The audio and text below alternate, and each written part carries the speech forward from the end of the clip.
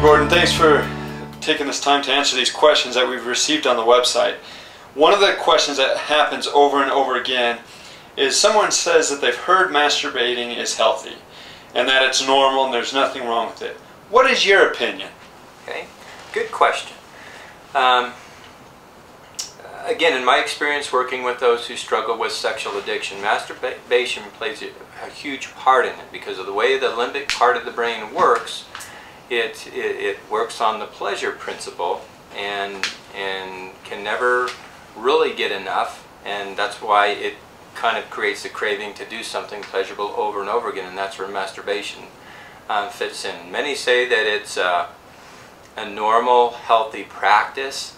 In my experience with clients, and perhaps the reason we get so many questions about this topic on the website, is that there is a little bit of uncomfortableness, or they're feeling unsure about the practice.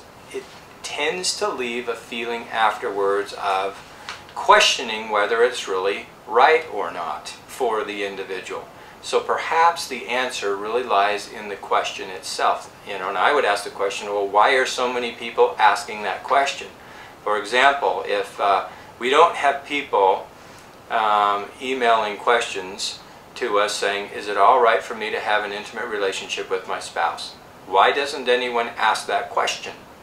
Because there's just no reason to. It's just an accepted thing with individuals, and it seems to be universal that that's an appropriate thing, and there's no concern or question about it. With masturbation, most every human being experiences that in their lifetime, for sure, especially with adolescents. And there's all kinds of different degrees and levels of masturbation, and it can become a very powerful and driving addiction that can consume a person's life.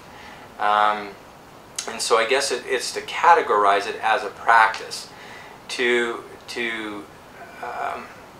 I would say that it's those that are the healthiest have learned to accept their sexuality, but also have learned how to refrain from constant just allowing pleasure to flow when they feel like it.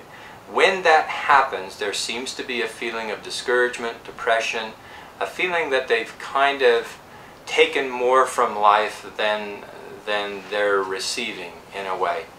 So what I have found beneficial, and with many of those individuals that I work with, is to help them work on practices that can teach them to refrain from it. There's also a question that I would ask, is it wrong not to masturbate? And pretty much universally, when I've asked individuals that, they say, of course it's not. It's not wrong not to. And so it's kind of, you know, individuals have to answer that question for themselves, but as far as feeling grounded in themselves, it's something to be really, really careful with, because it can become an all-consuming addiction. I mean, I know individuals that literally masturbate 4 or 5 times a day. They can barely function without it. That's not a normal, healthy practice in any way, shape, or form. It's affecting their work, it's affecting their relationships, and so forth. But as far as developing into secure mental health and a spiritual practice, being able to refrain from self-pleasure and indulgence is the best way to find inner peace. That has been my experience working with clients. And I know years ago there was the Kinsey report that came out, and quite honestly, that Kinsey report has been shown to be one of the most flawed studies ever created about sexual practices of individuals. That 90% of people, and I can't remember for sure what they said, but it was the vast majority of people masturbate on a regular basis, that it's healthy, that it's normal. And many people will disagree with this, and you know what, everyone has their opinion. I'm just giving you my opinion from the individuals that I've worked with, is that learning to refrain and honor the self in a respectful, dignified manner is the best approach in learning to deal with this. There was a fascinating book written by Napoleon Hill called Think and Grow Rich. And in this book, there's a section called, or a chapter that's entitled The Mystery of Sexual Transmutation. And Napoleon Hill, who wrote this book, was commissioned by Andrew Carnegie in the early 1900s to spend 20 years studying the lives of those people who were extremely successful in their lives, like Thomas Edison and other inventors and other people who were, anyway, just extremely successful in business. And he did this, and he researched and studied the lives of those individuals that were the most successful.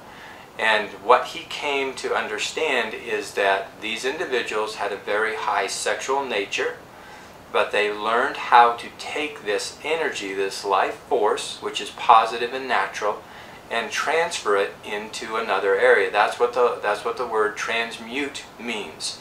And so the natural sexual desire to act out, to masturbate, to have relations with other people intimately is natural, but instead of dissipating their energies on simply allowing that to run free, they would take that energy and transfer it through the power of mental force and concentration, and go into another direction and use that energy for a positive nature.